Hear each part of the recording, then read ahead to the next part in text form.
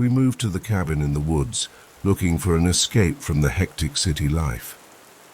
David and I were a young, newlywed couple, and this place seemed perfect to begin our new chapter together. The cabin was rustic but cozy, surrounded by a dense grove of trees that created a natural wall of privacy. The first night we sat on the porch, watching the stars shine brightly in the clear sky. I felt a peace I hadn't experienced in a long time. The first few weeks were idyllic. One night, however, as David slept soundly beside me, I was awakened by a strange sound. At first I thought it was the wind rustling the branches, but the whispers intensified. They sounded like distant voices, impossible to understand but undoubtedly human. I got out of bed and went to the window. Nothing. The forest was silent, but the whispers continued to echo in my mind. I shook my head and went back to bed, trying to convince myself that they were just imaginings. David worked from home, and I spent my days exploring the surrounding area. One day, as I was walking near the edge of the forest, I had a strange feeling that someone was watching me. I turned my head quickly and could see a shadowy figure among the trees. It moved so fast that I barely had time to process it. I held my breath and headed back to the cabin, trying not to look back. When I told David, he assured me it was just my imagination, but his worried tone made me doubt. The nights became more disturbing. The whispers became clearer and clearer, and sometimes I felt I understood them. "You're not alone," they said. One night I stepped out onto the porch with a flashlight. My hands trembled as I shone the light at the edge of the forest. There they were, reflecting the light from my flashlight, several pairs of glowing eyes. I blinked, and they disappeared. I ran back inside and closed all the doors and windows. David hugged me, trying to calm me, but I could feel his fear too. Desperate for answers, I began researching the cabin. I discovered that it had been owned by a family that mysteriously disappeared decades ago. Local rumors spoke of vengeful spirits inhabiting the forest, seeking out the living to complete their tragic story. That night the whispers turned to screams, screams of terror, pain, and despair. David and I woke with a start, our hearts pounding. We decided it was time to leave. As we hurriedly packed our belongings, we heard loud banging on the walls and ceiling. We ran out to the car, but the engine wouldn't start. I looked out into the woods and saw the shadowy figures clearer than ever. Their faces were pale, eyes sunken and filled with hatred. David tried to fix the car while I prayed for our salvation. We managed to start the car and sped away. As the forest faded in the rearview mirror, the whispers diminished to nothing.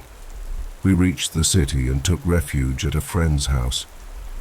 We never talked about what happened in detail, but we both knew that something dark had tried to trap us in that place.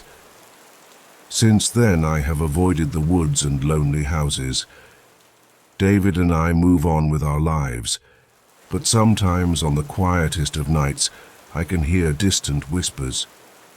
Whispers that remind me that we are not completely free of the darkness that haunted us in those woods. I had always been a skeptic, someone who looked for logical explanations for any phenomenon, but nothing could prepare me for what I experienced in that house. I had gotten a room in an old Victorian house on the outskirts of town. The rent was surprisingly low, and that immediately appealed to me.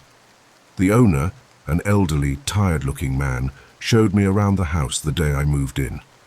The walls were covered with worn wallpaper, and the furniture had an old-fashioned feel, but nothing seemed out of the ordinary. "There's one thing you should know," the owner said as we walked down the second-floor hallway. He pointed to a door at the end of the hallway, old and with peeling paint. "That room is always locked. Don't try to open it. Don't ask. Just ignore it." I tried to ask why, but he just walked away, mumbling something I couldn't understand. At first, I respected his request. It was just a locked room, right? However, curiosity began to eat away at me. Every time I passed through the hallway, I felt a strange attraction to that door. It seemed to call to me, whispering secrets I couldn't hear. One night, the sound of a dull thud woke me up. It was as if something or someone was pounding on the locked door from the inside. My heart pounded as I got out of bed. As I approached the door, the air grew colder, and an uneasy feeling came over me. "Hello?" I called, feeling instantly ridiculous. The knocking stopped. I put my ear against the door, listening intently.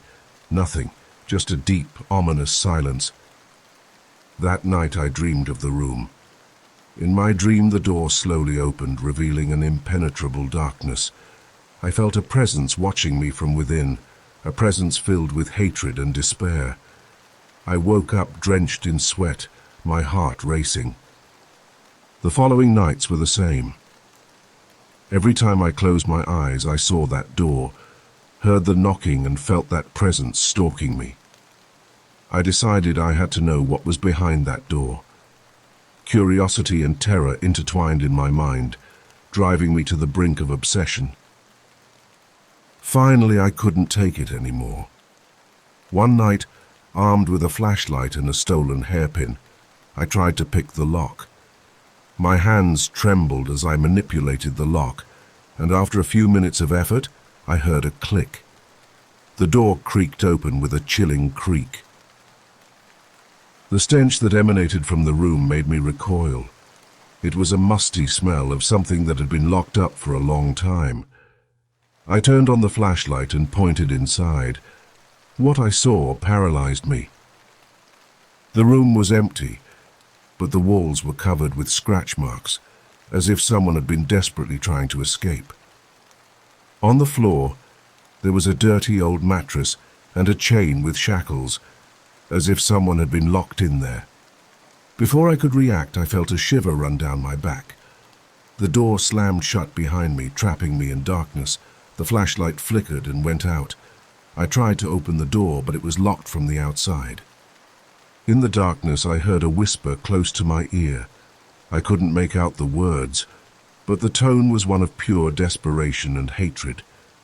Something brushed against my arm, and I felt a cold, heavy presence beside me. Panic set in as I pounded on the door, screaming for help. The owner found me the next morning, unconscious and terrified. I don't remember how I got out of that room or what exactly happened, but one thing was clear. It wasn't just a locked room. It was a prison, a place where something dark and evil had been locked up and had somehow reached me. I moved out that very morning, leaving that house and its secrets behind. But the nights are still a torment. Sometimes when the wind blows hard and the house creaks, I swear I hear those same blows, as if the darkness of that room had followed me, waiting for the right moment to catch me again. There was something strangely appealing about the abandoned house at the end of the street. Perhaps it was the way it stood, majestic and decadent, among the leafy trees and shadows that enveloped it. When Gabriel proposed the idea of spending the night there, his friends eagerly agreed, looking for an adventure to break the monotony of their small town. What they didn't know was that night would turn into a deadly game from which not everyone would escape. We arrived at the house just after sunset. The broken windows and splintered wooden door greeted us with a dismal creak. Gabriel led the group, carrying a flashlight and a backpack full of supplies. "It's going to be like an escape room," he said with a smile. "Only much more real." We stepped into the darkness, and the cold, damp air enveloped us like a blanket of evil intent. Every step made the wooden floor creak beneath our feet, and echoes reverberated through the empty rooms. The first room greeted us with a message written on the wall in red paint. "Welcome to the deadly game. Only one can escape. Find the clues and survive." We laughed nervously, thinking Gabriel had set this all up to scare us. But something in the atmosphere made my laughter die quickly. We found a box with a padlock in the center of the room. Gabriel pulled a sheet of paper out of his backpack. "Here is the first enigma," he said. "Without light, darkness prevails. Find the key where the shadow rests." We looked around, searching for some clue. It was Anna who found an unlit candle in a dark corner. When she lit it, the light cast a shadow that pointed to a loose plank on the floor. Under the plank, we found a small, rusty key. With a click, the box opened and revealed a note. "Every riddle solved reveals a dark truth. Time is ticking." As we progressed through the house, the riddles became more sinister and complex. The tension between us grew, and the whispers in the house seemed to increase. We heard footsteps that were not ours and doors that closed on their own. We realized we were not alone. In the third room, we found a trap. It was an antique clock, and the note read, "Adjust the time to reveal the crime. But be careful. A mistake can cost you dearly." Gabriel tried to adjust the hands, but the clock ticked loudly before a hidden guillotine fell, cutting off his hand. His scream echoed throughout the house, and blood stained the dusty floor. Terror gripped us. This was no mere game, it was a death trap. With each room, the house seemed to come alive. The walls whispered our names, and the shadows danced mockingly. Clues led us to dark secrets of the past, sacrifices, murders, and dark pacts. The house had been the scene of macabre rituals, and now it exacted its tribute. One by one, my friends fell into deadly traps. Anna was trapped in a room full of mirrors that reflected her worst fears, until her mind snapped. One was trapped in a maze of endless corridors, his screams lost in the distance. Finally, I reached the heart of the house, a room adorned with ancient symbols and black candles. In the center, a hooded figure awaited me. "Congratulations," he said in a voice that echoed like a distant echo. "You have reached the end. Only one can escape. Are you willing to pay the price?" I understood the truth then. The house didn't just want lives, it wanted souls. The last riddle was not a test of wits, but a test of will. I looked around, seeing the faces of my friends reflected in the shadows. I could not leave them behind. With a determination born of fear and desperation, I faced the hooded figure. "I will not play your game," I said. "I will not sacrifice my friends." The figure laughed, a sound that echoed throughout the house. "Then you will all be damned." The floor opened beneath my feet, and darkness enveloped me. As I fell, I knew that the house had won, but also that I was not alone. My friends were with me, and together we would face whatever came next. The house fell silent once more, waiting for its next victims while we were trapped inside forever.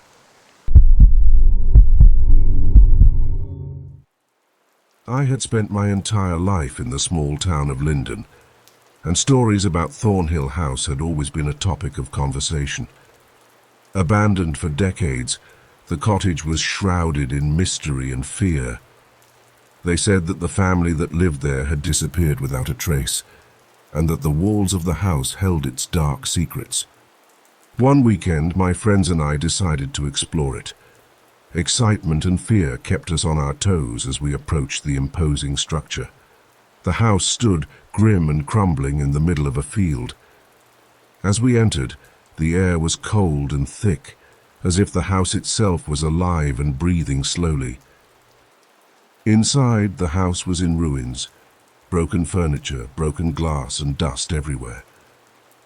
The light from our flashlights cast eerie shadows on the walls, and an oppressive silence filled every corner. But it was when we reached the main hall that the whispers began. At first, we thought the wind was seeping through the cracks, creating those strange sounds. But we soon realized that the whispers had a rhythm, a cadence, as if someone was talking right behind us. We stopped, scanning the room with our flashlights, but no one was there. "It must be the wind," Anna said, trying to sound brave, but her eyes gave away her fear. We continued scanning, but the whispers followed us, becoming clearer and more persistent. Their words were unintelligible, as if they spoke in an ancient or lost language. In the kitchen, we found an old wall clock that still worked, its hands turning to the rhythm of the whispers. We decided to split into small groups to investigate different parts of the house, even though something inside me told me it was a bad idea. Carlos and I headed for the basement. We made our way down a narrow, creaky staircase, our flashlights illuminating the way. The basement was even colder and darker. In one corner we saw an old record player.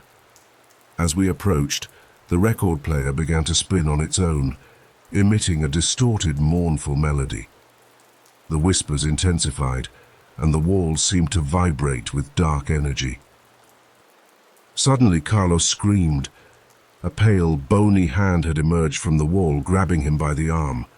I tried to help him, but the hand was pulling him with unearthly force.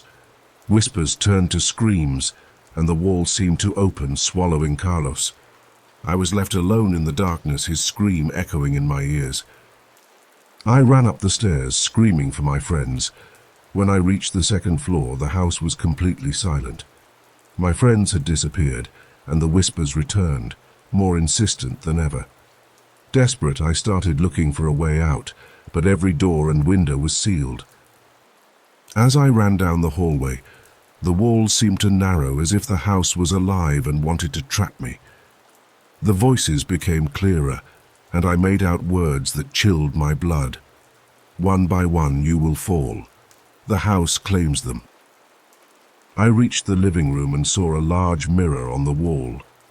In the reflection, I saw the shadows of my friends, trapped in the walls, thrashing and screaming for help.